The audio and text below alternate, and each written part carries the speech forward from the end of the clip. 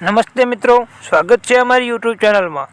જો મિત્રો તમે અમારી ચેનલમાં નવા હોય તો જરૂરથી સબસ્ક્રાઇબ કરી નાખો, જેથી કરીને રોજે રોજના અને મહત્વના સમાચાર તમને મળી શકે।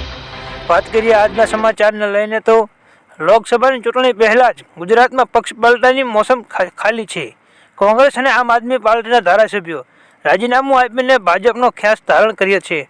આમ આદમી પાર્ટીના વધુ ધારાસભ્યોએ પણ પક્ષ સાથે છેડો અને ફાળી ભાજપમાં જોડાય તેવી અટકળો ચાલી રહી છે।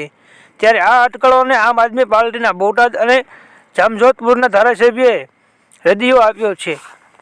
આપના બંને ધારાસભ્યોએ દાવો કર્યો છે કે ભાજપમાં જોડાવાની માત્ર અફવા છે। અમે આમ આદમી પાર્ટીમાં છીએ અને તેમાં જ રહીશું મિત્રો। એટલે કે તેઓએ ચોખ્ખું અને સ્પષ્ટપણે કહી દીધું છે કે આ તો અફવા ઉડી રહી છે। ત્યારબાદના હવામાનને લઈને સમાચાર। રાજ્યમાં ઠંડીને લઈને હવામાન વિભાગની આગાહી સામે આવી છે। આગામી 4 દિવસ વાતાવરણ સૂકું રહેશે તેમજ આગામી 4 દિવસ તાપમાન યથાવત રહેશે। હવામાન વિભાગે જણાવ્યું છે કે 22 તારીખ બાદ તાપમાનમાં 2 થી 3 ડિગ્રી વધશે। વર્તમાનમાં વધેલી ઠંડીને લઈને કહ્યું છે પશ્ચિમી પવનોના કારણે તાપમાનનો પારો ગગડ્યો છે। અમદાવાદમાં તાપમાન 13.5 ડિગ્રી તાપમાન નોંધાયું છે, જ્યારે ગાંધીનગરમાં તાપમાન 13 ડિગ્રી નોંધાયું છે। નલિયામાં સૌથી ઓછું 12.2 ડિગ્રી તાપમાન નોંધાયું છે મિત્રો। એટલે કે આગામી 4 દિવસ પણ આવું ને આવું જ વાતાવરણ રહેશે। ત્યારબાદ વાત કરીએ તો હવામાન વિભાગે ભર શિયાળે વરસાદની આગાહી। ખેડૂતોનો જીવ પંડિત બંધાયા। દરિયા કિનારાના વિસ્તારોમાં હવામાન વિભાગે વરસાદની આગાહી કરી છે। અત્રે જણાવી દઈએ કે છેલ્લા 2 દિવસથી ઠંડીનો પારો પણ ગગડ્યો છે। અત્યારે ગુજરાતમાં વિવિધ શહેરોમાં તાપમાન 2 થી 3 ડિગ્રી ઘટ્યું છે। ત્યારે આ બધા વચ્ચે વરસાદની આગાહી કરાઈ છે। ભેજ સાથે પવન આવતા વરસાદી માહોલ રહે છે। તેમજ ઉત્તર પૂર્વના પવન અને ભેજને લઈને ક્યાંક વરસાદી ઝાપટા પડશે। મંગળવારે સૌથી ઓછું તાપમાન અને નલિયામાં 11.8 ડિગ્રી આસપાસ નોંધાયું છે। વધુમાં કહ્યું કે અમદાવાદમાં 15.8 ડિગ્રી અને ગાંધીનગરમાં 14 ડિગ્રી તાપમાન નોંધાયું છે। પવનની ગતિને કારણે આજે ઠંડીનો ભારે ચમકારો જોવા મળશે।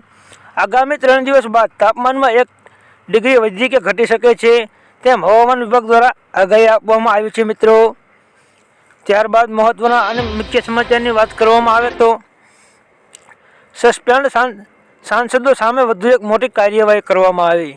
મંગળવારે લોકસભામાં સચિવાલયે માત્ર પરિપત્ર બહાર પાડ્યો છે। તેમણે સ્પષ્ટપણે કહેવામાં આવ્યું છે કે સસ્પેન્ડ કરાયેલા 141 સાંસદોને સંસદની ચેમ્બર અને લોબી અને ગેલેરીમાં પ્રવેશ પર રોકવામાં આવશે મિત્રો।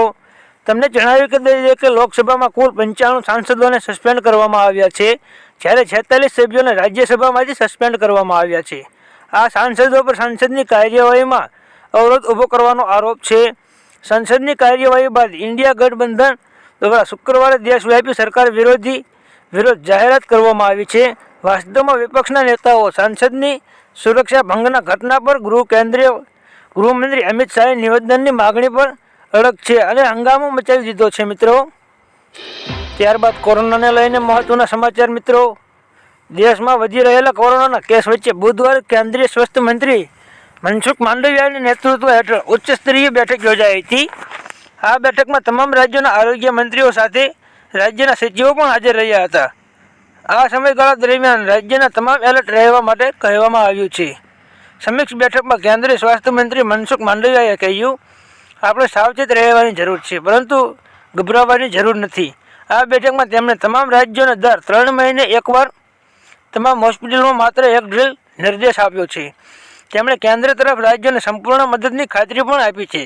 હિમાચલ, પંજાબ, ઉત્તર પ્રદેશ, ઉત્તરાખંડ, ઝારખંડ, ઓડિશા, ગોવા, પોંડુચેરી, તમિલનાડુ, કર્ણાટક, મણિપુર, કેરળ સહિત અન્ય રાજ્યોમાં આરોગ્ય પ્રધાનની બેઠકોએ પણ ભાગ લેવામાં આવ્યો હતો મિત્રો। ત્યારબાદ રામ મંદિરને લઈને મહત્વના સમાચારની વાત કરીએ તો અયોધ્યામાં રામ મંદિરની પ્રાણ પ્રતિષ્ઠાને લઈને દેશ વિદેશમાં પણ ઉજવણીને લઈને તૈયારી શરૂ કરવામાં આવી છે। રામ મંદિરના અભિષેકની ઉજવણી ભારત સાથે વિદેશમાં પણ કરવામાં આવશે। અમેરિકામાં મંદિરો અને રામ મંદિરના ઉદ્ઘાટનના પ્રસંગે 1 સપ્તાહ સુધી ચાલનારી ઉજવણીનું આયોજન કરવામાં આવશે। આ મંદિરનું પ્રતિનિધિત્વ કરતી મહિલા અધિકારીએ કહ્યું, અમેરિકન મંદિરોમાં અયોધ્યામાં રામ મંદિરના ઉદ્ઘાટન પર ઉત્તર અમેરિકામાં 1 અઠવાડિયા સુધી ચાલનારી ઉજવણીની તૈયારી કરી રહ્યા છીએ। તેમણે આગળ કહ્યું છે કે અમારું સૌભાગ્ય છે, અમારા માટે આશીર્વાદ છે, અમે આ પ્રસંગનો એક ભાગ છીએ। અને સદીઓની રાહ અને સંઘર્ષ પછી અમારા સપનાનું મંદિર પૂર્ણ રીતે તૈયાર થઈ ચૂક્યું છે મિત્રો।